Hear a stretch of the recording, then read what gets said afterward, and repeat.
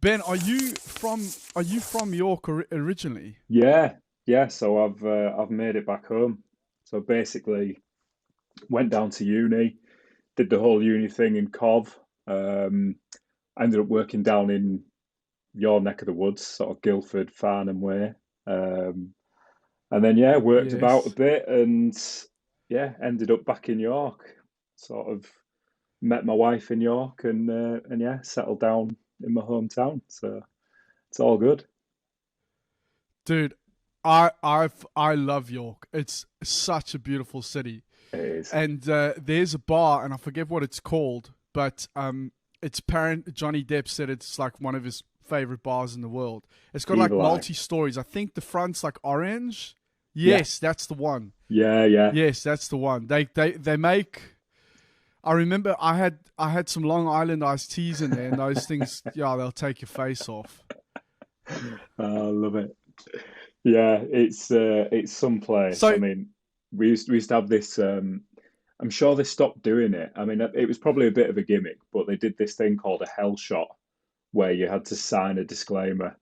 If you're going to have one of those shots, sign a disclaimer, sign your life away.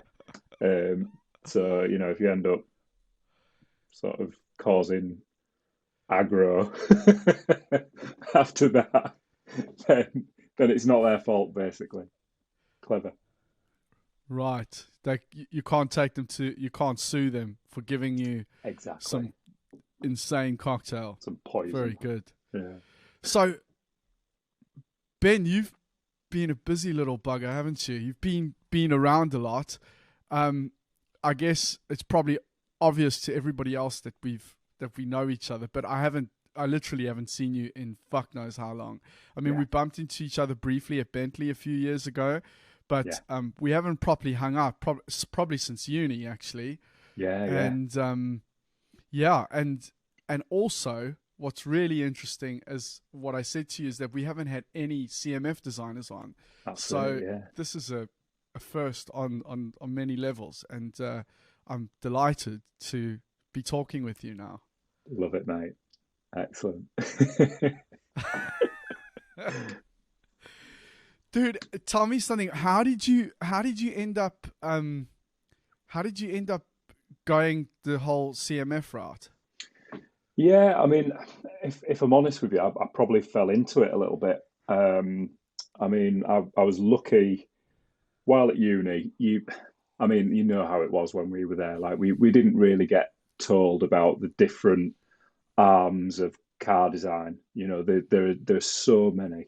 You could go interior, exterior, alias modeling like Viz work. CMF, I think, was probably a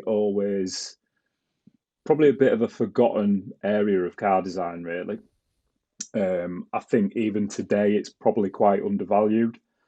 Um, I think the work that goes in, you have to wear so many different hats.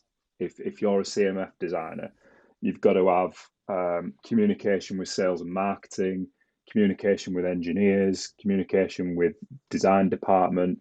It's massive. It's such an involved job, and I take my hat off to all CMF designers really because it's not an easy gig. And like I say, I think it is an undervalued area of car design. Um, the way I got into it, so while I was at uni, I got a placement with Overfinch, so doing the sort of bespoke Range Rover side of things, so body kits, interior trim kits, and stuff like that. I was there until I think it was probably about in total maybe 4 years, something like that, 4 or 5 years. And I rung my old mate Cookie and said, "Right, mate, get me in at Bentley. Have a word at Bentley. Get me in." And so he did, which was good. But I remember thinking, right, well, if I'm in at Bentley, whatever job I'm in, I'll get my way into the studio. And basically, the role that Cookie had or was leaving was within the CMF team. So beforehand, do you remember Ben Quaintance? Yeah, I do, yeah, yes, I do. yeah, Shout out to Ben Quaintance. yeah. How we doing, Ben? It's funny. I see that lad so many times. I'll get onto that in a sec. But yeah, he was working as a visualizer in the color and trim team. He then sort of got his stuff in front of the interior guys in the studio and said, "Look, I want to be an interior designer. All right, we'll poach you then. Come and work in the studio." So the colour and trim team had to get someone else. Up steps Cookie. He comes in. Um, he does a job for a couple of years and again migrates into the studio. Um, so I went along to this interview, and what a team! Like just lovely, lovely people. And the first thing they said to me is saying, "Right, so we've had it in the past where a couple of people have migrated into the studio, and they now work for the interior team, and we really want to get someone in who's going to be part of this team for a long time." And I was like, "Ah, shit, okay." So I was thinking, so I was trying to weigh it up. I was thinking, right, okay, if I come into this team then, and anyway, I just thought, right, sod it, I'm going for it. Ended up working for the colour and trim team for about 3 years, I think. And I think what anyone will ever say about me is that I work my ass off. I really sort of live it and do as much hard work as I can, I guess. I think I've always gone into a job. Do you ever take your shirt off? Only if I'm drinking. Only if I'm boozing. Is that so? Only after lunchtime then? Yeah. Go for it. But it's all about making yourself indispensable, you know. Um, so I went into that team and worked my ass off, and like I say, CMF designers are hard working people. They have to liaise with so many different departments and really sort of live the job. But from there, I ended up starting to work for Mulliner, so doing bespoke stuff, and bespoke stuff's always been in my sort of pedigree really from my Overfinch days, and that's really what's sort of stood me in good stead today. But I'd say my experience as a CMF designer has been invaluable because you learn so much. It's not just about materials as such. It's how colour and materials influences the interior and influences the design of a car. If you've got a beautifully designed car, but it's finished in, really shitty materials, then it displeases the buyer, doesn't it? You buy a new car and you think this leather's an absolute piece of shit. People are going to be put off by it, so you've got to make sure that you get the finest materials for your budget, I guess. Dude, I as you mentioned earlier on, completely clueless at uni. Didn't know about all the different departments. Like, I think as far as we knew, there was like interior, exterior, and clay modeling, Yeah. and obviously alias. But like, I was totally unprivy to the whole visualization thing. So, that was kind of, I don't know when exactly like JLR's department was set up, but it had not been around long. It was super small. I think there was like 6 people in Whitley when I got there, maybe 7 at a push. And CMF, I didn't fucking get it. I was like, are you telling me these people are getting paid to tell me what color the fucking paint is? I can do that for you. And so it was like grossly misunderstood, Massively. And then, to your point, there's all these different things, and so much organization has to go into it, especially when you consider not only all the liaisons that you're talking about, but all the different trim options, for every single model, Oh, yeah. especially when it starts to become like high end shit, yeah, and it's strategizing it all as well. It's all very well, sales and marketing saying, right, this is what we're thinking. They'll come to you with a brief and say, we want to have three different trim levels. We want to have this, this, this, this. It's then how you sort of present that back and how you get that agreed, because you can't just go back to sales and marketing and say, yeah, that sounds great. We'll do it like this. You've got to get buy-in We're going to from, choose blue, red, and yellow. Yeah. yeah, yeah, yeah. But you've got to get buy-in from so many different departments, and even when it comes down to, I remember at Bentley, in terms of specifying a wood veneer, for example. So I went in and I thought, oh, this wood looks really good, and I got given this book of wood, Right. like which is like, all right, book of wood, excellent. So I started giving a little bit of light reading, and I think, right, that's awesome. We'll have that. That's great. So I went in with all these little sticky notes, and I went to the materials engineer department and sat down with them, did a bit of a presentation, a bit of visualization as well, saying, oh, I think this would look great. This would look great, and basically just the amount of people going, oh well, that wood's too brittle to go around that surface, so we can't use that wood. Oh right, okay. Oh yeah, that wood. We've tried using it before, but the health and safety aspect of it, our wood shop won't be able to process that wood. Um, Another one, oh well, that's from a war torn part of the world, so we can't trust where that's come from. It might have an FSC stamp on it to say that it's ethical and everything's fine with it, but how do you know that that stamp wasn't bought by some corrupt, you know, government minister in some far flung area of the world?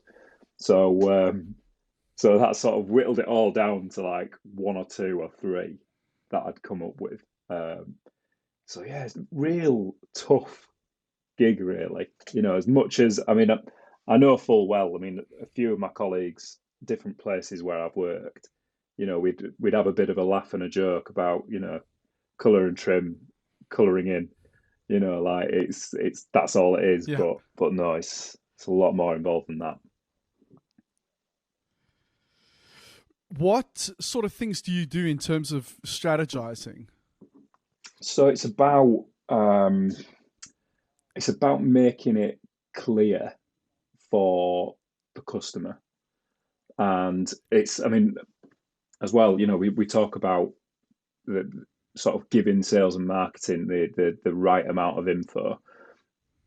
They'll tell you what cars are our competition, for example.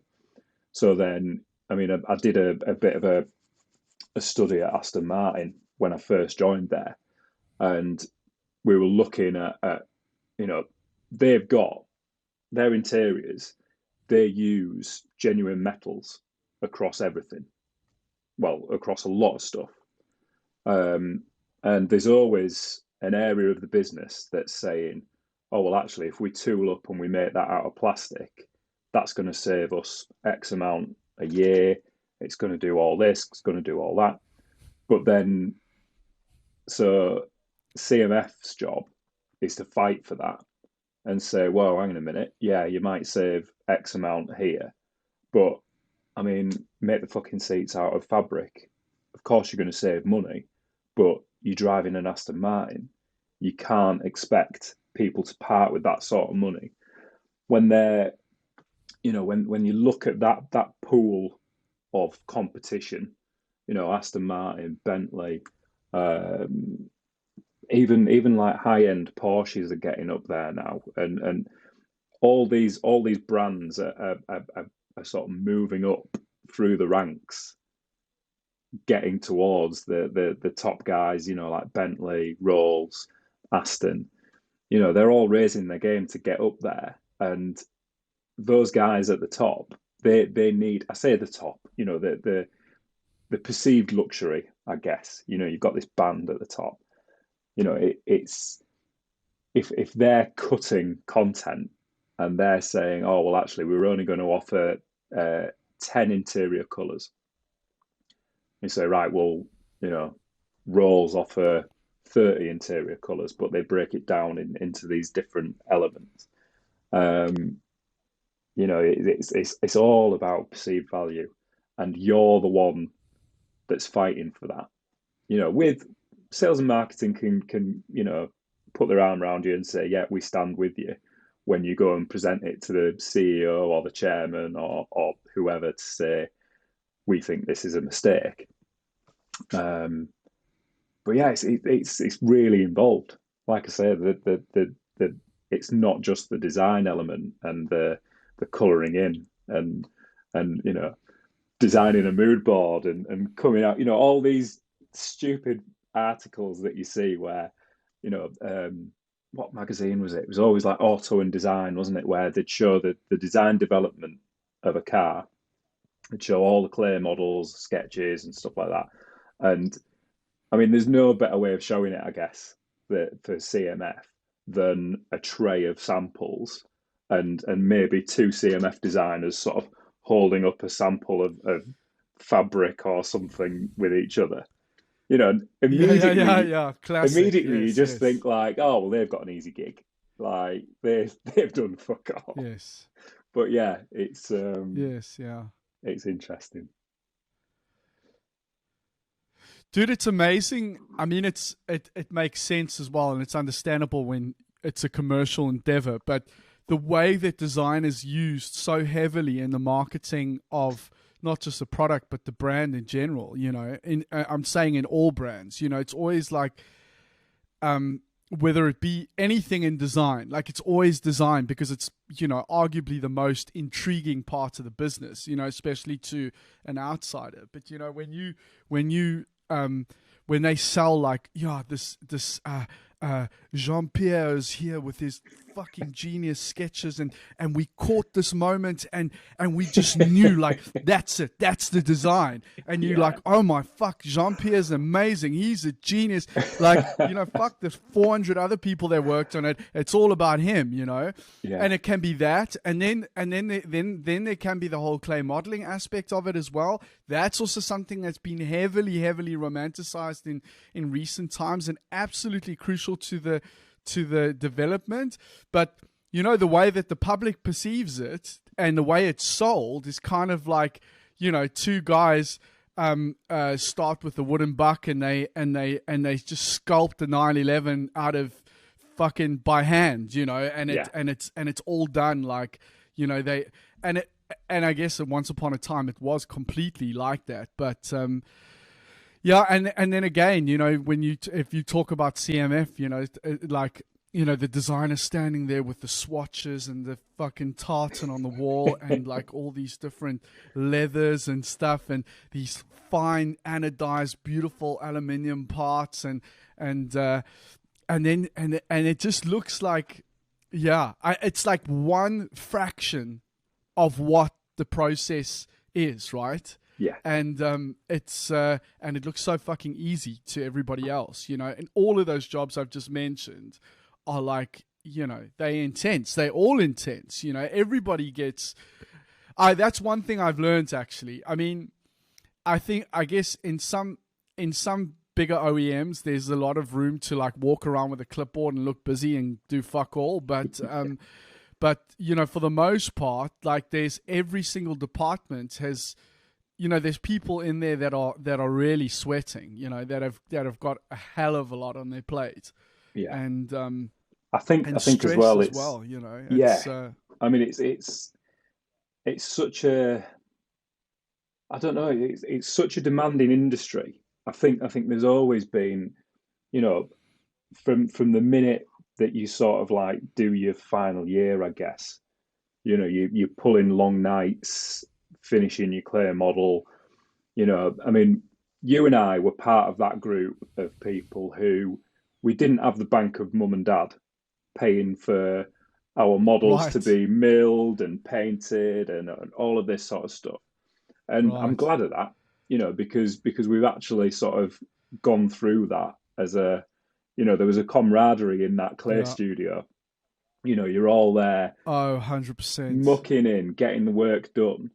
And I guess to an extent that sets you up for the long hours that you do as a modeler, as a designer, as a you know, there's like a real, I don't know how to describe it really. It's a strange industry because everyone's so accepting of it. You know, everyone just sort of like says, "Oh yeah, yeah, I'll go and do 14 hours today. I'll do 14 hours tomorrow." You know, it's there's Right. I think other industries, you know, wouldn't necessarily like accept that. But what's the alternative? You don't say, right, I'm going to do, um, I'm not going to toe the line with this. I'm just going to come in and I'll do 9 hours a day all week. I mean, some studios they can't afford to pay more than that, so you do go in and just do your 9 to 5. Um, but yeah, like it's everyone's just working flat out towards that goal of seeing the car done, and it's a great feeling, isn't it? You know, when the car sort of breaks cover and you can say, yeah, I had a part to play in that. You know, I mean, going back to your comment about this, John Pierre got inspired by a beam of light coming through into the studio that fell onto the curves of the surface and all of that fucking bullshit. Like, there's not one person that's responsible for the design of a car. You know, that was one thing I always, 100%. when you're at uni, you sort of like you're thinking, oh yeah, so and so designed this, and oh yeah, so and so designed that. Yes. Like, yeah, they probably had the key sketch and they probably followed it through and sat down with modelers, and they were probably a very, very integral part of delivering that car. But they're not the only one. Like, there's teams and teams of people helping that person deliver that vision. So yeah, I don't subscribe to the fact that it's one person that designs a car really. Yeah, fuck Jean Pierre. Fucking John Pierre. Dude, I don't know if it was like that for you, but for me, there was, it was such an insane experience going into a proper design studio for the first time, because we were so, I don't know, kept in the dark. Unless you were fucking Hitesh or one of the star kids that got the out of the 200 of us, the two placements at Jaguar or Land Rover or wherever it was, you didn't really know what a real design studio looked like and what it and how it was, right? And I think that, yeah, it was so, I had so many questions. I didn't, and it was mind blowing for me, like to the point where when I finally got in, it was such an experience. It took a long time for that kind of wonder to rub off. Like I really, and as a consequence, I really appreciated it. I really did. Yeah. Especially Yeah. coming from serving fucking Coventry's finest at TGI Fridays for so long. Oh mate. That was a really big deal for me. Yeah. Yeah. I remember coming into TGI Fridays when you were working, and I'm sure it was something like we basically paid for a drink each, and that was it. Like, you came over with a bill, and I think it was getting to the point where like you were probably right at the end of that gig, and you were thinking, "Oh, all right, guys, here you go." Like, yeah, you all had a pint each, didn't you? We're there with like a slap up meal, and I think we had a few as well. But you looked after us. Oh yeah, for sure, dude. Dude, I towards the end of that, I got so disinterested doesn't even begin to describe that period. Like I got kind of, I don't know. I was somehow motivated, but you have to understand, right? Like this went on for like we graduated, and it went on for like another fucking 2 years, literally. Like, Yeah. and I got to the point where I was fucking.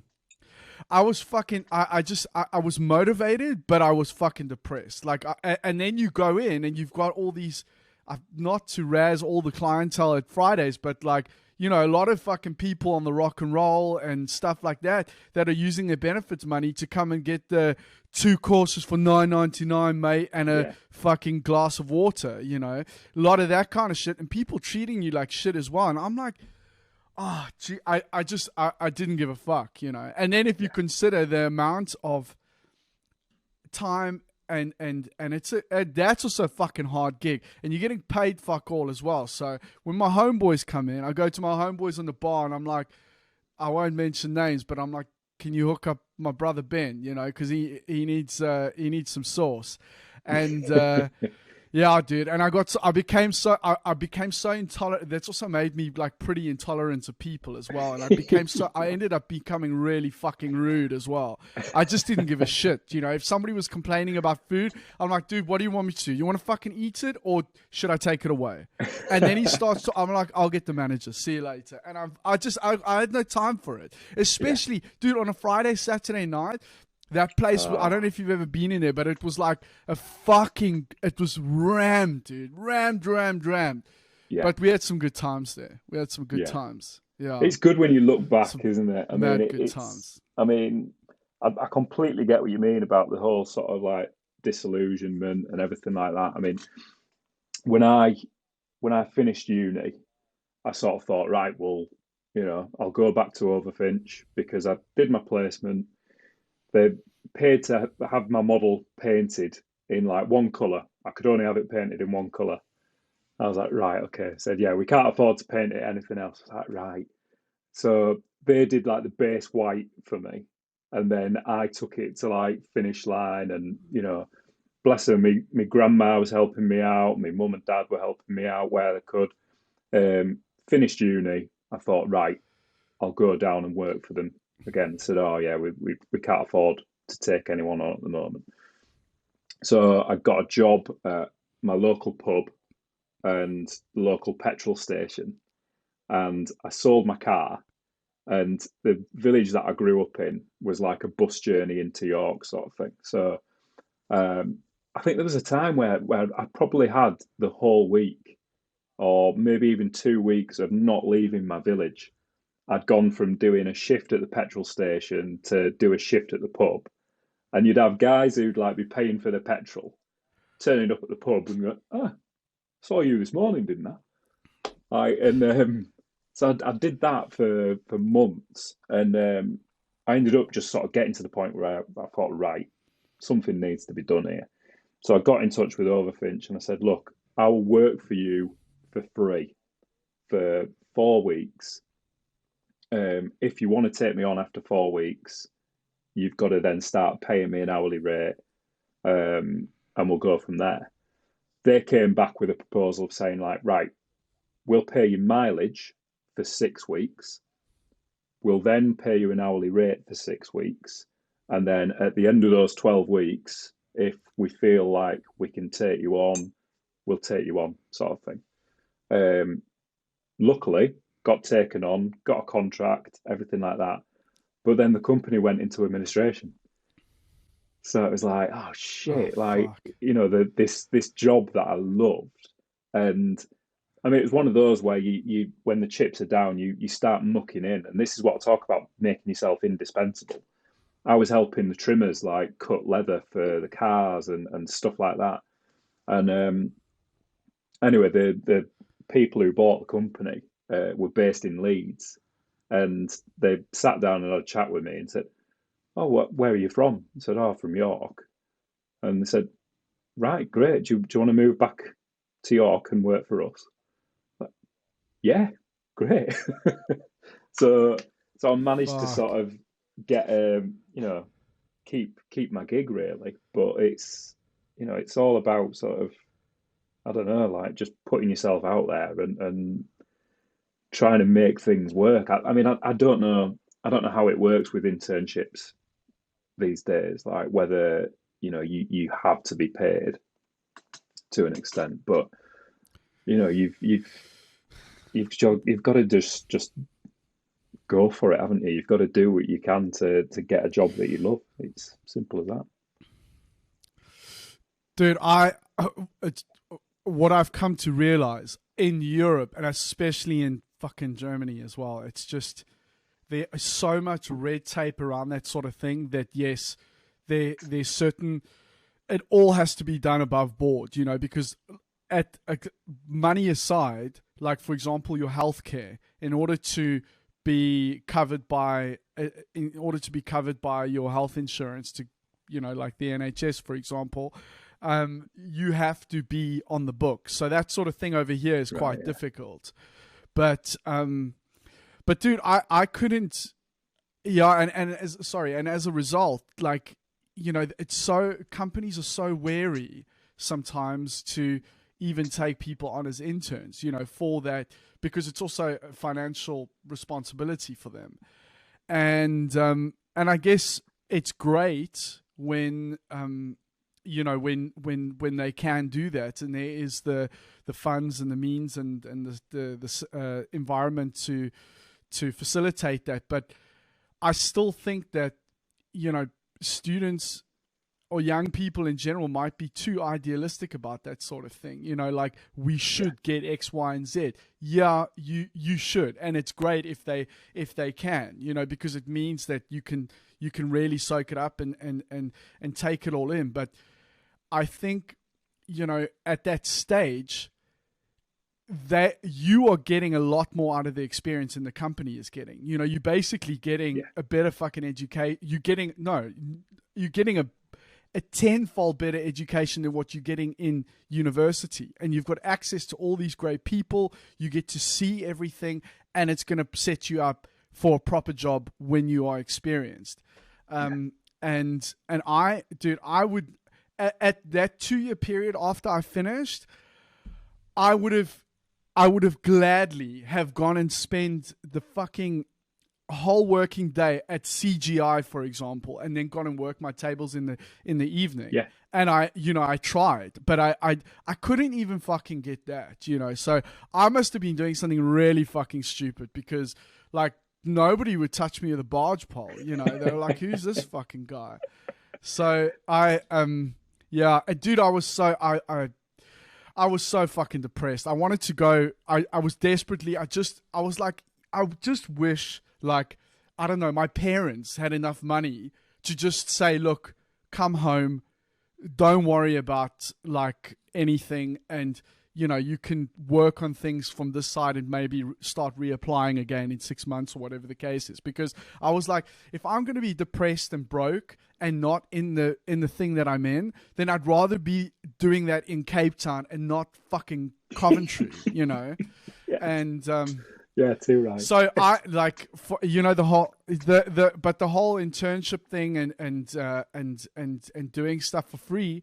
I think obviously that sort of thing can get abused, but I think in general, I see a lot of entitled people that are like, if how am I supposed to buy my brand new iPhone and my fucking €2,000 MacBook if you guys are not giving me X, Y, and Z, and I think you've got to, like, that was a smart thing that you did. It was taking initiative and not only just like saying, can I get a job? Can I get a job? You were like, actually, look, I'm going to propose this. What do you think? Yeah. They came back with something else and realized, actually, we're going to get quite a lot out of the situation, and hopefully we can make it work. And they obviously, they are seeing somebody that's really fucking passionate about what it is that, you want to do, and it's a total win-win situation, Yeah. I mean, I was lucky. I say lucky, like I got the placement. So my foot was in the door as such. But I mean, I was saying this the other day, like my first day on my placement, I got told that my sketching was shit. And like the reason why I got taken on was because of my ideas. and I was basically sat down and taught how to sketch. I was thinking, wow, like, and that was literally. I mean, you talk about what you learn from the industry. That was within my first 2 days in this placement. I was taught how to like actually sketch properly. I remember we used to have these. I mean, I don't want to be too derogatory on Cov Uni because it was great. I've done it plenty of times, but Yeah, I have apologized for it. it's got us to where we are, and I feel Yes, like it gets you through the door. The Cov Uni thing. yes. I think initially maybe when I first started, and the whole process of going into that room when you take your portfolio there or the little project that you had to do, and they say, "Oh, good news, everyone, you're in." It's like, oh, well, this is it. Feet up, we've made it. You Yeah, know, yeah, let's made, yeah, down yeah. boozer. Let's. And When are we going to Ferrari? Yeah, down Boozer, Gutbuster, and yeah, Boozer. but you learn quickly that actually no, you need to work hard at this, and you need to show initiative, because you don't necessarily you don't get it spoon fed to you. We used to sit down in those rooms, and we'd have like a big table, and there'd be a tutor and probably like 10 or 12 people sat around this table, didn't we? Like, and we'd do like those copycat renders, or I remember one Right. time they said something like, right, we want you to sketch this thing, and you've got 30 seconds to sketch it. Oh, like, just ridiculous looking sketch that told nobody anything about that sketch. And I think our problem, and what people probably have problems with this today as well, is that they'll look at, especially with like Instagram now and everything like that, they'll see this stunning looking sketch on Instagram that's like a piece of art. It's just like, but you can't tell anything from it. There's no sort of surface definition. There's no nothing. It looks like a fucking wisp of a cloud with a couple of lines across it. And it's, oh wow, yeah, it's so evocative, and all of this sort of stuff. Like, no, actually, if you spend your time on a sketch and get it to the point where you can actually communicate that with someone, and say, well, this is what it looks like, and the likes of you guys can say, yeah, I get it. Like, I'll do a surface. I'll show you what I'm thinking. Like, it's, yeah. Right. Again, I get angry old man when I sort of look at these, like, ethereal sort of cloud like sketches with the sort of the ethos behind this. It's like, oh, get out. Dude, yeah, it's fucking true. But I think I I don't. Well, I would assume that this is kind of common knowledge. But those kind of sketches that you're talking about, these like beautiful, like, I don't know, ethereal, whimsical, magical illustrations, those are things done, generally speaking, at the end of the project, to Yeah, sell whatever's been done and yeah, over an existing volume, cheated, blah blah blah blah blah. yeah. But those are not fucking working sketches, and honestly, as a designer, even, you don't often get to do those because you're not afforded the luxury to sit No. and spend 12 hours creating. Fucking Jean-Pierre doesn't have 12 hours to sit and create a piece of art. He's got to No. say, okay, the door section goes like this, and then there's a highlight, and the radius should roughly be this sort of size, and Yeah. then it's going to kick out, and you've Uh, got to dodge this beam, and those are yeah. kind of, and they need to be informative, right, to your Yeah. point. And they wouldn't publish those sketches, would they? You wouldn't have sales and No, marketing no, team saying, no, no, no. Exactly. "Can we have No, your it's chicken but shit that's sketches?" 100% correct. No, it's 100%. I it was over a year ago now. I mean, it was probably even 18 months ago where I had designer called Paul Howson, the guy he was from at McLaren, and McLaren, he yeah, designed he was the lead designer on the P1. yeah. And he one of the sketches he sent me was like the back end of the I think it was a 720S, and it was like there were bits of it was such a fucking great sketch because it was clearly like a real working sketch. Like he could have easily put it into Photoshop and just use the warp tool to correct the perspective and the proportions and made it like, you know, one of those marketing wet dreams, but it wasn't. He left it like it was, and it was so effortless, but it was clearly something that was used in the process, you know, and I don't think enough people realize that that's, you know, kind of how things are done, you know, on a project, you know, because it's a communication tool, right? So you actually, what words can't describe, that's what the visual is for, and it doesn't exist. So you've got to kind of work these things out, and a lot of people don't understand that. No, they don't.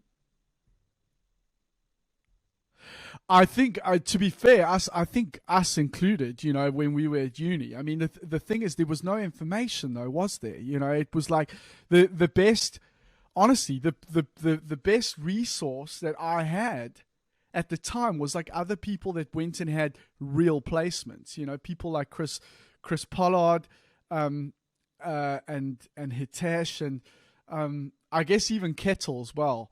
Yeah. Because he was at Bentley, wasn't he? That was, but then again, you know, like not I think those guys, and rightfully so, and I probably.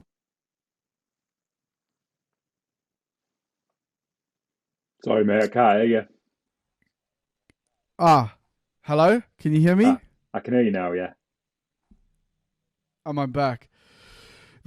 I think those guys were at times quite cagey about what they were willing to share because, you know, and rightfully so, I probably would have done the same because, you know, there was like maybe 4 internships / jobs and 100+ other people like desperate to have the same thing, you know. So it was a very difficult period. And now, of course, there's just too much almost, you know, but at least people have a better insight into the process and what it's like on the inside, you know.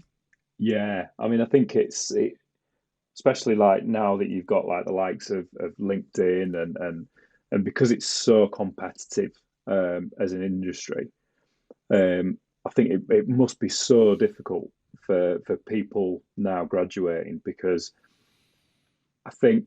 I mean, typically, you know, if there's a role going within the studio, a lot of people sort of like either come up to you and say, "Oh, we need to recruit for an interior designer. Do you know anyone?" You know, and it's, "Oh yeah, I know so and so." Like, I'll give them a me. text and say, "Oh, do you fancy coming working here?" And that tends to be the way that it happens, doesn't it? And I guess once you've exhausted that pool of people, that's when you start thinking, "Oh, well, actually, we're going to have to advertise for this role." And because of a lot of jobs, you might need a bit more experience. They're looking for someone who's like a sort of a midweight, sort of junior to midweight designer, not someone who's just come straight out of uni. I mean, I think realistically, every studio should have someone fresh out of uni. I think, you know, even if it's, you know, 2 or 3, and there's like a sort of scheme really that helps them come into the industry, because I'm sure there's countless people out there who'll just finish their course, get nowhere. I mean, there was countless people from our year, wasn't there, who had so much talent, Yeah. and probably just got to the point where they were looking for jobs so much that they just thought, do you know what? It's I'm not going to get there. I'm not going to find a job. Ben, I literally remembered, honestly, it was like it was either towards the end of the first year or beginning of the second year. No, it was. When did we do the clay head thing? Was that second year? Was that I think. second or was it I first? don't know. It was around Yeah. that time. It could have been towards the end of the first year or beginning of the second year. But I remember speaking to this guy, and I can't remember his name. Probably a good thing. And he said, and I was like, what do you want to do after this? You know, do you want to, I was like straight up, like, are you going to be an interior designer or exterior designer? And he was like, no, I'm probably not going to like follow through with the whole design thing. And I'm like, well, why the fuck are you here? You know, Yeah. and he said, no, well, you know, just getting a degree, you know, it's better than not having one. I was like, dude, you probably chosen the most fucking useless degree to get if you think that this is just going to, you know, help you. You know, it's like so niche, so specific. So niche. And, you know, those 3 or 4 years could be much better spent doing something else, you know. Yeah. And I mean, I get it. I mean, I remembered. I mean, dude, yeah. Yeah, I was just going to say, like, Carry on. you know, people do change their mind with stuff, and you know, I completely understand that if you do that course and you get towards the end and think, do you know what, this probably isn't for me, and you go off and do something else, completely get that. But yeah, I think to know so early on in the course that actually this isn't for me, then save yourself the bother. It's like a waste, check isn't out, it? It's yeah. a waste of time and money as well, right? How Yeah. much does that? I mean, how much does that whole experience cost? Unless you've got like minted parents and they're paying for everything and it's not an issue. But most of us, you know, graduated with probably not as much debt as the kids are now, but you know, still student loans, you know, and that's for me it was. When I decided to do it, I made up my mind proper because I didn't have any resources at my disposal to finance everything. You know, everything was on me. So I was like, dude, as somebody that's not academic, like I had no interest in school at all. Like my high school thing was all like fucking D's and E's and F's. And I don't know why, but my genius parents, I mean, it's probably my dad, but he fucking framed that thing with a photo of me and stuck it up on the wall in the house. And I'm not joking. It's like D's, E's, and F's. Like my brother would come home and he would like, him and his buddy would like cry with laughter because they're like, look at this fucking idiot, you know. But to the point where I you know, when I finished school, I'm like, okay, I don't need education. Like it's not for me. I'm not academic. It's just, I know I'm going to be fine, but this is not for me. And then then I went over to England and discovering the whole car design thing. It was like, well, you have to go to university to study that. And that's when I finally applied myself. But by the time I got to applying to uni, it was like, no, dude, like, you know, you kind of understand what it's about. I was super excited about it, like, and deluded as well, because, you know, as you said, you don't fully understand everything, but I love the whole thing of like, you know, coming up with an idea, drawing something, developing a physical volume and that whole process, you know, and eventually it being engineered into a product. And I didn't know where I fitted into all of that, but I was really excited about it. And by the time I got to Coventry, it was like, oh, well, this is definitely what I want to do, you know. And I just made sure that I worked really hard. So to hear things like, I'm just doing this to get a degree, I didn't understand it at all, you know. But I don't know. I also had a different perspective, I guess. You know, I was kind of in a foreign country on my own, and I'd had some, you know, pretty fucking tough times, you know, before getting to uni. I mean, uni was also tough at times, but you know, arriving in London at like 18 years old with like £300, it was maybe £300 in traveller's checks.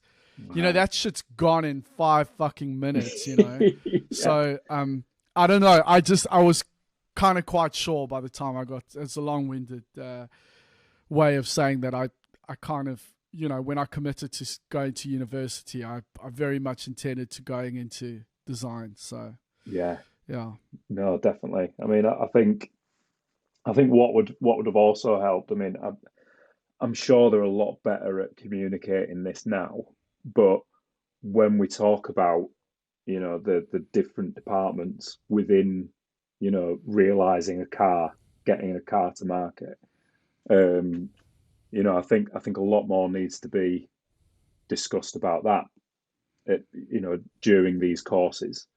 If there was right. a guy I worked with at Bentley for a bit, Steve Stanforth, who's brilliant guy, massive beard, bald head, lovely bloke. He Shout out to Steve. basically, start with Steve, yeah, yeah.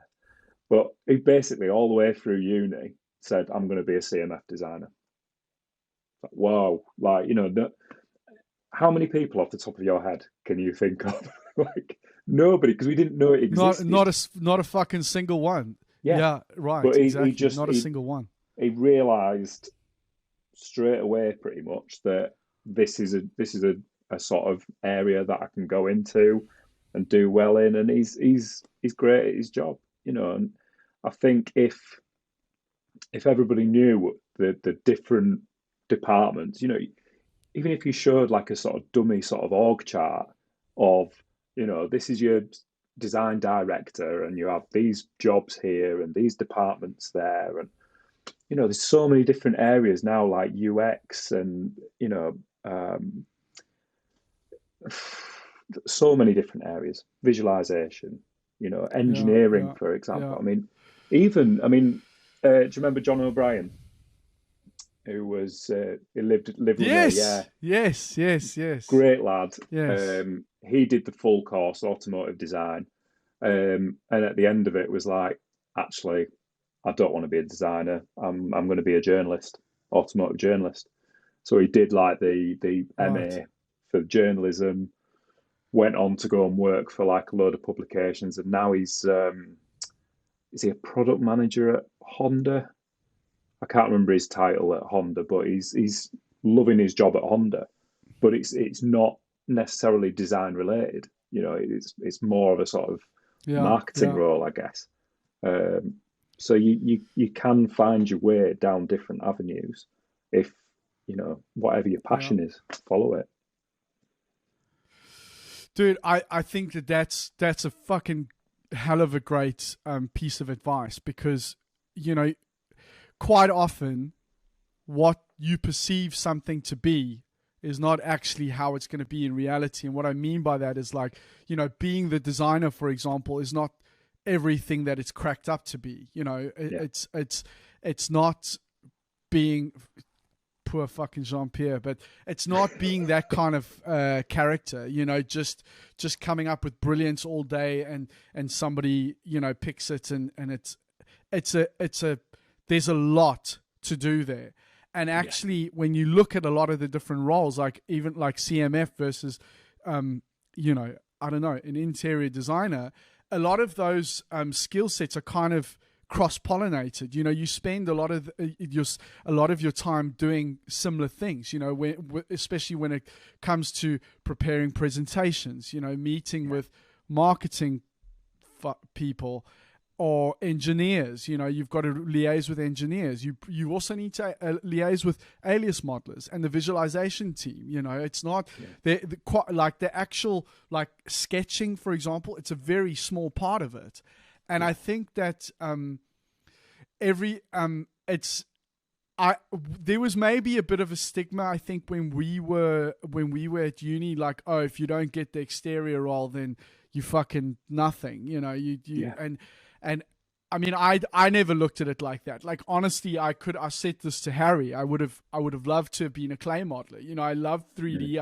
I like the physicality of it, and honestly, if I had a contact in the industry that said, Sam, come down, and you can intern with us, and you can, or work for free or whatever, and become a clay modeler, I would have grabbed their both hands at that opportunity. But yeah, I think it's incredibly important to really double down on your strengths, you know, and that's a difficult thing because you've got to be self-aware enough to say, I'm fucking probably not that great at just like coming up with ideas all day long, and I'm really like I can carve something out of a block of foam with my eyes closed, or you know I'm really good at writing fucking code, you know, but like there's a lot of different, there's something, it sounds cheesy, but there really is kind of something for everyone within Yeah. design if you are passionate about it, you know. And I wish that I knew about some of those other things as well. Like the whole, you know, UI UX thing is not something that interests me now, but I mean, if I look back when I was at college to putting a portfolio together to get into Coventry, I remember I got a Range Rover brochure, and I kind of ended up creating this, designing a menu, you know, with the physical buttons and everything, but there was like, you know, different it was basically UX design, you know, and I at the time you know, if I'd known about that, I probably would have, you know, pursued that a little bit harder, you know. But Yeah. yeah, Well, I think even, I think you know, I there's, would. sorry, go on, mate. I've chopped you up. No, no, no, no. I'm just fucking rambling. You cut me off at the right time. Yeah, you saved me from making a dick of myself. But I mean, even, I mean, I guess, you know, when we were at uni, there were different sort of avenues where they sort of like started talking about product. So you'd like, I mean, I think for the first 2 years, we didn't really get stuck into a car, did we? It was it was No, but mostly, because we were told we weren't allowed to. Almost, it was like, which I think in hindsight was pretty fucking. sorry, mate, you broke up again. No, no, no. The fuck is Oh, can going hear you on? now. Oh, I'm back. Okay. For the first those first 2 years, we were told like don't touch Photoshop and don't fucking draw a car, Yeah, which I understand the ethos behind it, but it was also fucking really bad advice because when it came to apply for car design jobs, well, fucking half of us didn't, at 3/4 of us didn't have the skills for it, you know I fucking didn't. And I thought like, why didn't I get picked for fucking Jaguar, you know, yeah, or yeah. whatever the case is. I just, so I think, I know this has kind of gone off in a different way, but that, I know what they were trying to do. They wanted us to keep an open mind and all that sort of stuff, but it cost a lot of us our skills, you know, in terms of what was required from the industry to get into a job. So, Yeah. yeah, sorry, Ben, I've taken it in a completely different direction, but No, yes, it no. was at least 2 years where we weren't supposed to draw cars. Yeah, yeah. I mean, which, like you say, you know, I get to an extent, but I remember there was a bit of a product sort of orientated look at things, and if you've said if you've signed up to do, even if it's transport and product design or automotive design, whatever branch of that degree you've signed up to do at Cov, you've done it because you've got an initial interest in automotive and cars. Um, but the way that you see a lot of companies now, they're doing more stuff outside of the cars. So um, Cookie, for example, Chris Cook, like he's heading up like the sort of the product design aspect of Bentley. So you know, there's the Bentley Tower that they're doing in Miami. Like he's at the forefront of all of that, and you know, even stuff like little kiddies balance bikes, and he's liaising with, you know, external designers who are doing home furniture and all sorts of stuff. Um, so I think even if that was on this org chart we talk about, you know, saying, well, there's this area of design. They call them the gig team at Aston Martin. Like, you know, they're looking at architecture. They did the Brough Aston Martin bike, the motorbike. One of the lads that I used to work with, Adam McCarran, did that.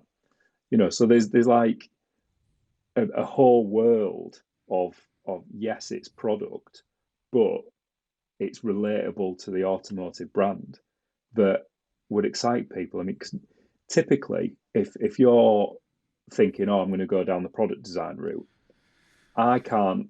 I mean, I say I can't because it wasn't interested. It wasn't interesting to me. Um, but places of work where you could implement those skills, like to go off and work for, I don't know, IKEA or whoever, like that's a route that I didn't have much interest in. So I can't really sort of suggest, that's who you could go and work for doing that. Do you know what I mean? Whereas I think if Yeah, students yeah, saw that, well, actually, you can even go off and the whole boat thing as well. Like loads of people go off and do boat yeah, design. yeah, It's like, wow, like yeah, it's so I get it. I get the diversity that they're trying to implement.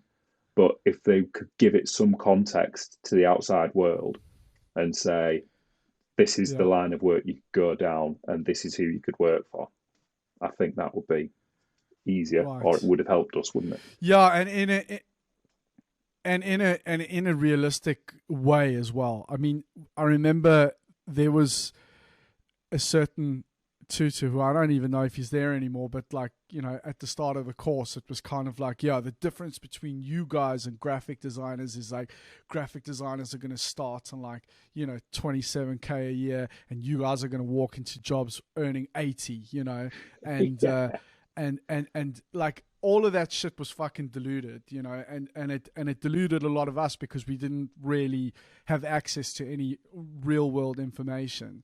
no, And I think that yeah, it's and now of course that there's so much that people are just overloaded, and their ability to concentrate is just it's zero. It's very, very low. So these sort of things need to be mapped out in a way where it's explained. And honestly, I mean, there's a lot of things that the university just doesn't know. It's not yeah, necessarily just us, but it's a lot of other places. Because maybe that people have been the industry has changed so much, right? The design studios have changed, the structure, the way, the people that they employ.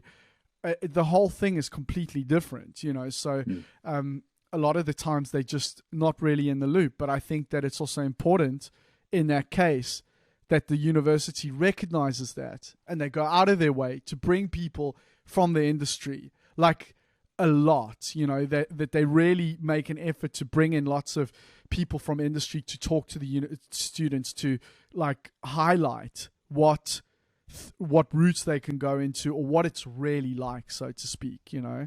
Um, And I think, I mean, yeah, there's probably more. I mean, I'm going to contradict what I was saying in terms of like it's really tough for people. do it. I do it all the Yeah, time. really tough for people graduating and getting out into the industry. I think there's more and more startups. I think it's such an interesting period of time for car design because there are so many sort of this shift to EV. The real sort of focus on sustainability and how we make things better, but also the rich are getting richer. So you get more companies that are being set up, more startups that are looking down the sort of the bespoke route. Bespoke cars you know like at Radford. Like Who I Radford. work for as a coach builder. That's an opportunity. Jesus, what a fucking setup, Ben. Look at you. Fucking number one marketing guy. Little Not just segue. a CMF designer, but a marketing fucking genius. That was amazing. Carry What on. can I say, mate? Carry on. I hope you get a fucking bonus for this. Carry on. Yeah, I'll drop that in with him. Yeah, yeah, I'll tell him. But yeah, I Do think that. Do that. there's it's a really interesting field because there's a lot of these startups coming to fruition now, and it's really interesting because the landscape of cars, if you will, the car industry, I don't think has ever been so diverse. It's really interesting. There's a lot of like Chinese startups, a lot of US startups, and all this sort of resto mod start type thing. And I mean, I don't like the term resto mod that much with Radford because it's beyond that. It's not necessarily taking. No, it's not. I wouldn't put it in that category at all. It's a kind of like a I mean, it's a fucking completely new theme, right? Isn't it? So Yeah, it's it's coach building. yeah, So I mean, it's heritage, right? yeah, yeah, it's basically. I mean, the Type 62.2 that we've got at the moment. Um, it's done in partnership with Lotus. The chassis comes from Lotus. It's a Lotus Exige that then gets sort of stripped back. We keep the extruded tub. We put like a bespoke subframe on the back, bespoke setup on the front. All the hubs and uprights and everything have been re-engineered, and the engine gets sent off to Jubu in Austria to get more horsepower out of it. Um, so all the driving dynamics and all of that experience has been refined beyond what Lotus have done with the car. Which I mean, Lotus is a great starting point, obviously, um, but then it's a completely new carbon body that gets put over the top. So all of that's been designed, engineered, um, and we're in the design refinement stage at the moment where it's focusing on all these little minute details, making sure that they're all ironed out, all beautifully executed, all well engineered. Um, so yeah, it's a real interesting gig, to be honest. Really enjoy it. I've got to ask you. So, how, like, do you have like button on speed dial? Oh yeah, yeah, straight away. Fuck off! Really? Well, that's fucking insane. No, That's insane, dude. he's a great bloke.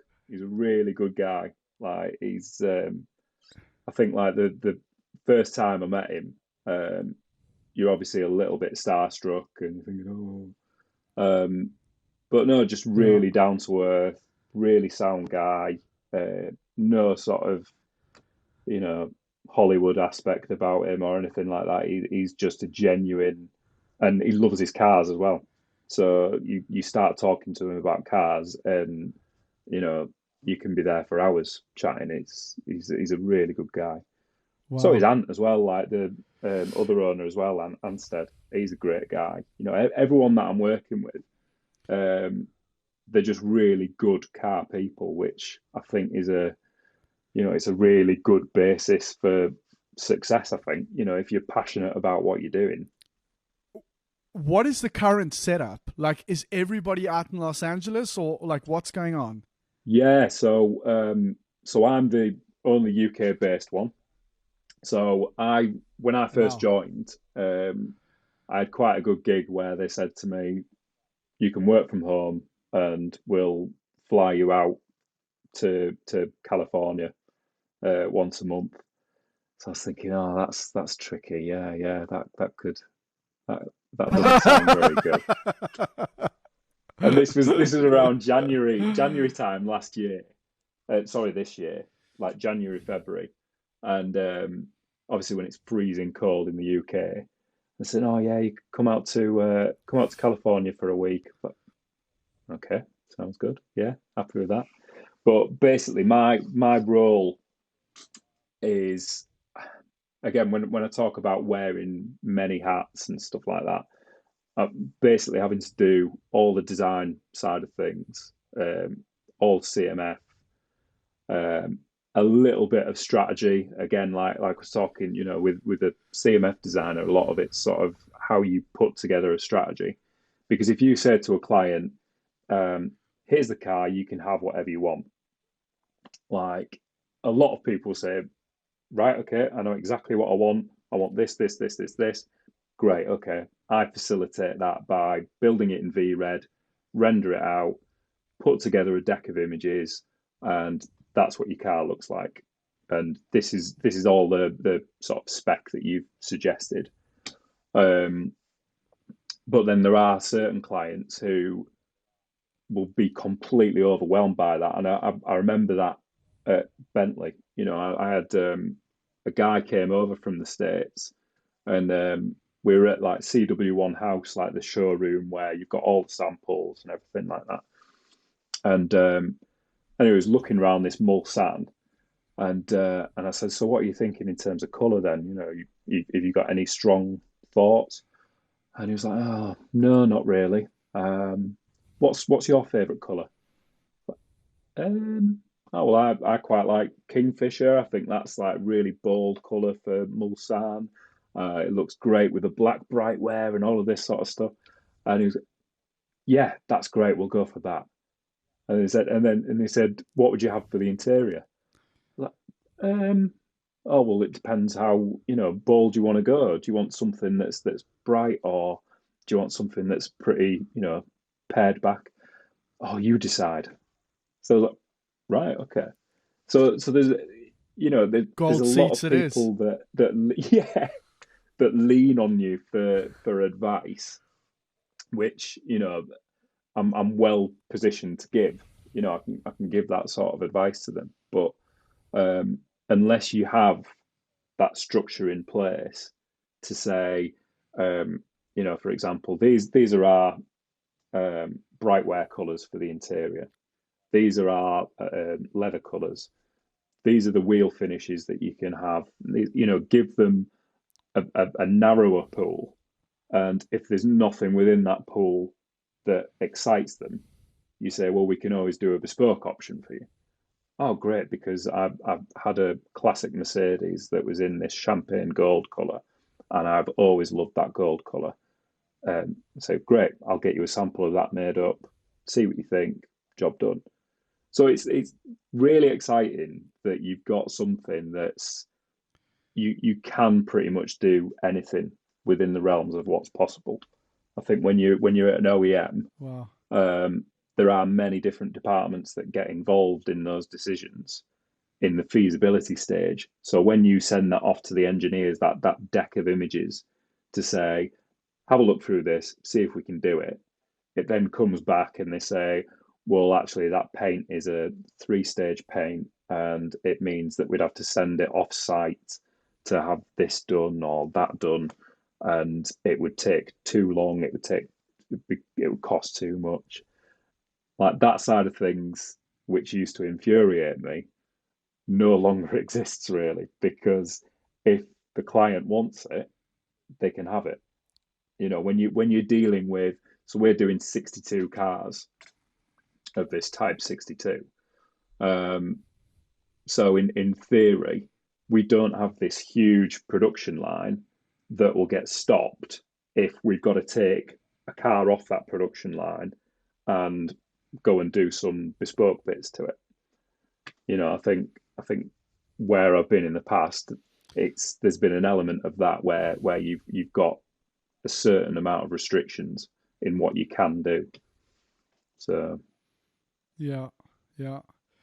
Dude, that's really liberating, because I even, if you think about all the people and obstacles that get in the way in an OEM process, that it's just at times unbearable. And that's why it's infuriating to me, when some fucking genius from business development or marketing comes in and everyone's a fucking expert in design, right? Like, oh yeah, there'll be a time and a place where there'll be a time and a place when you might be asked for your opinion, but like at the start, like let design work their shit out first before you come and fuck around with it. yeah. You don't go to, I don't know, fucking Slash and say to him, listen, dude, that riff at the start of that, I know you guys haven't worked out the song yet, but that riff, I'm not really feeling it. Can maybe change that shit up a little bit. You know, you let him Yeah.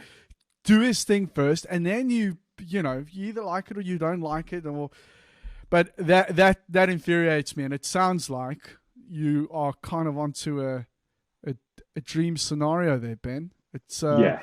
I mean, car looks awesome as well.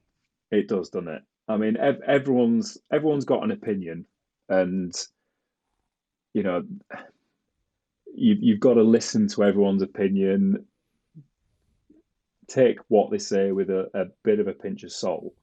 But what I've found and what I've learned through working in different places is that if you can justify your opinion, and when you're presenting something that you've designed, something that you're proposing and you feel passionate about and you want that to succeed, if you can give it justification, it's then very difficult for someone to come back and argue the case against it. Um, Yeah, plenty yeah. will argue against it, and they'll give a different view take on stuff. And don't get me wrong, like often you would take that advice on board. You say, oh, actually, yeah, I see what you mean. I'll go back to the drawing board a bit. I'll tweak this, I'll tweak that. But as long as you're communicating that and you're saying, yeah, I see what you mean. I'm gonna put back another option. So the next time you present, you'll have your original idea alongside the idea where, someone's mentioned, I think you should maybe, um, have a bigger set of wheels on it, or I don't like Or that some color diamonds there, in the or headrest. yeah, exactly. Show them, bring them back, show them alongside each other. And if I think personally that theirs is looking better, say, yep, completely agree with you, this looks a lot better, then it gets through and everyone's happy. But at the same time, I will fight for it if I think, well, that's a fucking ridiculous idea. This looks a lot better, go for that. It's but yeah, it's a really good gig that I've managed to land myself. Really, it plays to my strengths, and I get to go to California every now and again. But it's like meeting these That clients as sounds well. They're all such car people. Like every single client that I think I've met every single one in our books, either in person or over Zoom, and every single one of them is a car nut. Like they're talking about, oh, well, I once had this car that inspired me to go for this car, and yeah, it's really cool. Like it's exciting. dude. There was a guy when I was at Bugatti that used to. This role still exists, but somebody else has got it now. But he used to basically just fly around to like fucking house and whoever, all these clients that are ordering bespoke cars, Yeah, and that was his fucking job. So he would go to the person's house, like in person, with his I'm guessing laptop and swatches and all this sort of stuff, and yeah, they'd spend however long with them going through all these different things. And it's a pretty cool job. And again, something that we would never have been privy to at uni. no, I just wanted to touch on you mentioned communication early on, and I've talked about it before, but I think that the way that you mentioned it is how absolutely imperative it is if you want to succeed in the design world. There are jobs like mine where you can be a bit more rough around the edges and swear at everybody and not formulate these big these presentations and arguments for and against. But I think that again, it's so important that if you want to be a designer or you want to do anything related, that it's so important to focus on communication, presenting, yeah, formulating ideas and concepts and being able to storytell around that in order to get people to buy into what it is that you're doing. Because as 100%. you mentioned early on, you come across all these obstacles, whether they be like technical or cost or whatever the case is. But sometimes you've just got to convince a bunch of people that that maybe are not really feeling what you're putting down, but you've got to storytell around what it is that you're presenting in order for them to go, actually, that makes total sense, and now I fucking love it, because I understand. And again, this is something that, unfortunately, was not that obvious to me. No, there's a guy at and it stood me in really good stead. It's a guy I used to work with at Bentley, Rich Gilmartin. You might have met him or heard of him. I know the name. I can't think. Yeah. I can't think of him, but I know the name. Yeah, he's brilliant. I think he's tutoring now. I think he's like lecturing at a university. I don't think it's Cobb. But yeah, basically, he used to do this thing where he'd say, if you're nervous before a presentation, just say to yourself, I can't wait for this. Can't wait for this presentation. Because nervous energy and excited energy are so similar. So if you start talking to yourself, saying like, I can't wait for this is going to be amazing. And he was saying, like, just before you present, like, go into the toilets and like do your superwoman pose. The wank. I didn't say that. I didn't say that. I didn't. Takes the edge off. do your superwoman pose, like, and just look at yourself, sort of thing. And that helps massively. And I remember like thinking, it was when Stefan Seelaf first started at Bentley, and he brought Romy as well with him, Romulus Rost, who's one of the world's greatest people. Like, love him, what a guy. And anyway, great guy. I was presenting on the power wall at Bentley, real big screen behind us. I was pointing out a load of stuff, and obviously my accent. I was saying that there's a colour that Bentley do called burnt oak. Burnt oak. Burnt oak. Anyway, I was saying, anyway, so colour options we're thinking for this are a burnt oak. And this, every time I kept saying oak. And I could see Stefan sort of at the front of the big sort of room, and like I could see like Romy sort of leaning into him, and they were both sort of chatting, and he sort of put his hand up and said, "Excuse me, what is burnt oak?" And like loads of people just started crying with laughter. I was like, "Oh shit, yeah, good point." So I'm very aware of my accent, like especially when I speak to Americans as well. I do try and sort of tone down Americanize it. Tone down the York. That's dude. It, I have to. He won't remember me, but when I first got to Potsdam, Zilaf was the head of the studio at the time, and I have to say that this is one of the only times that this has happened. Is that he, in the first presentation that I was in, he came around and he introduced himself and he shook my hand, and he was like, "Hi, I'm Stefan." And he went around, and everybody that he didn't recognize, he did that. And he's an absolute gentleman, and just stunning example of, just good 100%. Manners, and being a 100%. I remember when he real was class act. Oh yeah, I mean I think it was every year just before Christmas. If he was heading off for Christmas and was going back to Munich, he'd make it his business to go around every single desk in the studio and shake your hand, Merry Christmas, have a great New Year, and all of this sort of stuff. And you're right, just a perfect example of what a polite, kind, well-mannered person should be, really. There's a real thing in society where you think that someone in power has either got into power because they're a dickhead, or they stay in power because they're a dickhead. So there's this real sort of I don't know, like I mean, I'm sure it doesn't. It's not the same for everyone. I know that, but I'm sure there's people out there who think, well, if I'm a dick and I'm a dick to my staff and I'm a dick to everyone else, then I'm gonna get myself right to the top.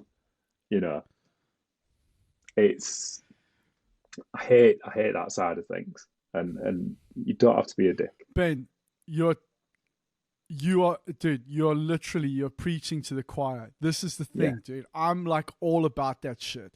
I remember, I need to be very careful how I say this, but I've no, I had some. Okay, let's put it in a positive light. I've had some great examples of real good leadership and just class act people, and like Julian Thompson, for example, he's one of those people, without lovely a guy. doubt. And there were quite a lot of people from that era when I was at Jag that people that are kind of in the shadows. A guy I've mentioned before as well, Matt Bevan, who was designed the F-Type and the CX-75. Again, he was the lead and, didn't do everything by himself. But these amazing people that are kind of in the shadows, that are the nicest, down-to-earth, just inspiring people.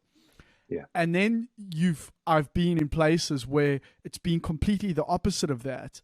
And it's one thing me dealing with it, but the one thing that I couldn't fucking stand was that you would see interns come in, or young designers that have not been anywhere else, and they are learning from these people and using them as role models and thinking like, yeah, yeah, I've got to be a fucking arsehole to get anywhere. And I'm like, no, you fucking don't. And I'm going to tell no, you why. And then I give an example. And then also the thing is, for me, it's like, at the end of the day, who am I? I'm just another small minion in the team. So some people take what I say on board, some people fucking don't. But that was like, very much the ethos with this as well. Like I won't mention names, but there's some pretty fucking big design directors that wanted to come on this podcast, and I'm like, I mean, I was polite about it, but I'm like, no fucking ways. Like you are the antithesis of what I would like to share. This industry doesn't need to perpetuate that fucking stupid myth that you've got to be an arsehole to get anywhere. And in yeah, actual fact, it's stupid. You are fucking short-sighted and stupid if you think that today you can get away with that. Because yeah, with the level of transparency around social media, Glassdoor, all these things, people talking about, you can't get away with that anymore. And yeah, one of the biggest lessons that I learned, or I'd learned it in practice, but Kettle said this to me as well. He was like, you've got to make sure that, and again, he was taught this from somebody else, and I can't remember who it was. So but he articulated really beautifully. And he said that you need to make it your mission to be friends and treat people, everybody in the studio, with respect, because and whether that be the cleaner or the design director, there are going to be times where meetings are going to happen when you're not around, where you need people essentially fighting your corner. And if you're the fucking arsehole that's going around treating everybody like shit, well, good luck on that one. Good luck on everybody getting behind your vision. yeah. People don't fucking understand that. I don't get it. So anyway, I've ranted about this many times, Ben, and I love that you just brought it up, because it's such a fucking important thing, dude. So important. Like, to get along with people, and to, like, I listened to your chat with Julian Thompson, and he summed it up beautifully, that, you work with these people for so long, for you spend more time with these people than you do your family. You they become Right. your close friends. Like you've got to get along with them, and you don't want that to be a sorry, my phone keeps ringing and it's annoying me. But yeah, um, you've got to get along with people. Like and like you say, that's a perfect example. If you know there's a chat to be had where it said, right, we need to slim down the studio, and you're on a par with someone who's similar sort of designer, similar level, similar sort of productivity and everything like that. If you're a dickhead and he isn't, or she isn't, you For sure. you're going to be the one that gets Absolutely. booted out, and you're not going to be the Exactly. one that gets But recommended by someone else at a different studio. You know, the well, question I that's get that's an important asked. lesson as well. Yeah. Oh, the question I get asked a lot, if someone says, "Oh, do you know someone for this role?" Oh, actually, I do know someone. The first question they'll ask, they're not a dickhead, are they? Or what are they like as a person? That's the only Yeah. important thing to them, because they know that if I'm recommending Right. someone who's got experience in the industry, then it's a given. It's such an incestuous industry that we're in. Everybody knows everyone, Yeah. and Every yeah, fucking body knows everybody. yeah. And if you're a bit I of a think dick, you hear. it's going to get found out. Yeah.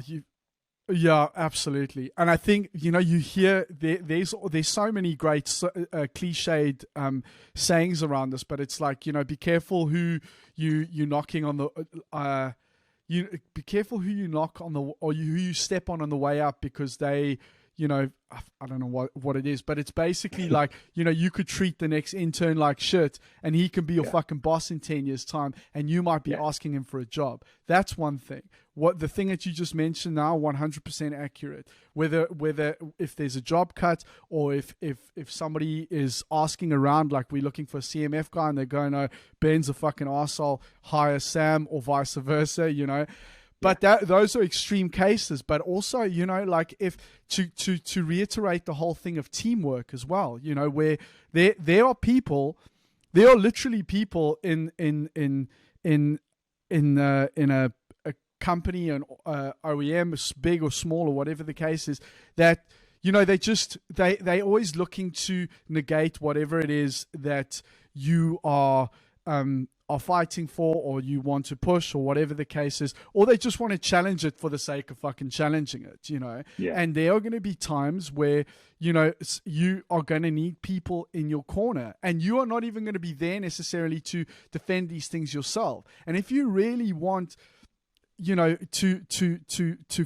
like foolproof these situations to the best of your ability, you've got to make sure that you know there's no ways that you can do all this on your own, and you no, need people in your corner to make things happen.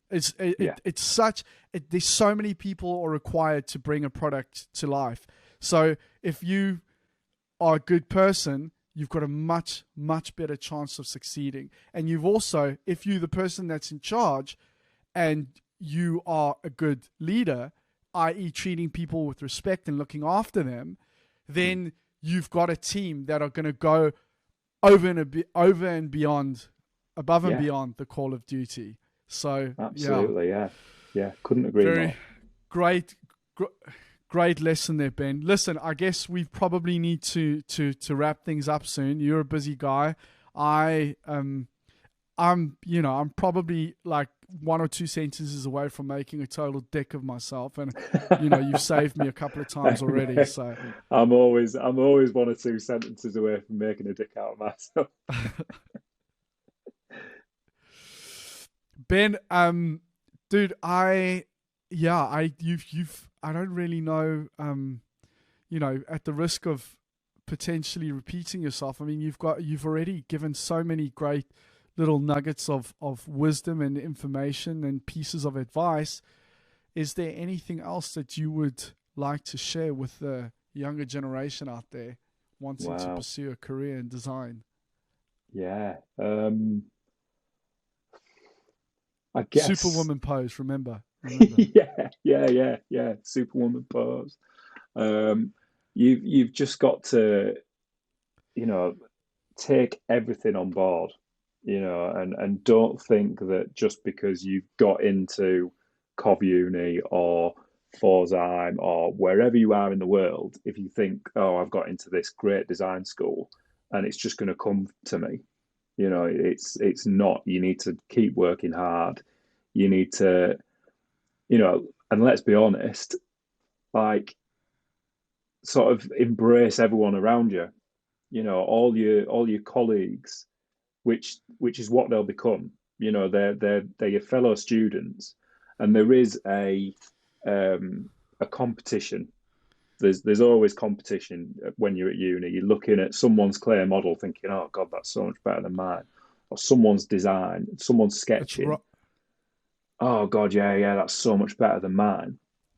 These people will one day be your colleagues, be your boss, be, and if you all get along, embrace that.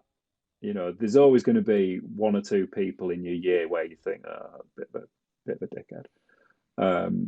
But don't make that you. Be the good guy. Enjoy yourself. Soak it up. Work hard.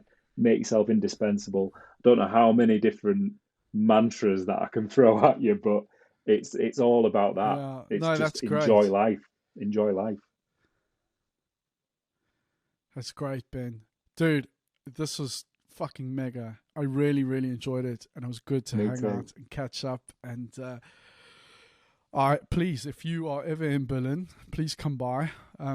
Yeah. And would love to hang out. And it's good to know that you're in York as well. I don't know when next I'll be there because I've got to coincide that with wife and children and everything else. But I loved York, and I would love to. Yeah, I bought a dude. This fucking jacket. Oh, look at this.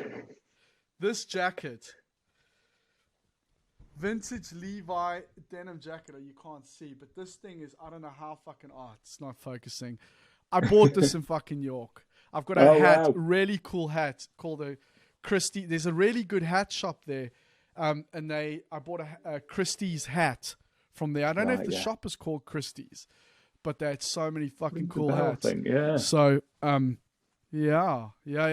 But they had. Well, you can come and visit, really buy cool another stuff hat. in York. So, yes, I would. I'm definitely going to do that. And you Bit of a what?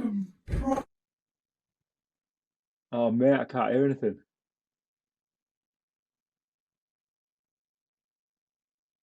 Something's happening. It's my. Right, Oh, there I'm back. You've turned into a bit of a property mogul as well. I see. You guys have got an Airbnb joint. Yeah. If you let us know in good enough time, Nice. I'll get you staying there as well. Well, mate rates. All right, awesome, dude. Yeah. I'm in. And I want to go to. Is it Evil Eye? Is that what the bar's called? Eye. Yeah, Evil Eye. Yeah. Dude, you know what? People are going to have to fucking pay for their product endorsements here. We've represented Evil Eye a couple of times now with the hat shop. Radford, fucking hell, those guys need to hook you up with a decent raise, dude. That segue Definitely. that you did was amazing. It was such a perfect setup. So Jenson, hook a brother up. Yeah. Hook me up, Jenson. Come on.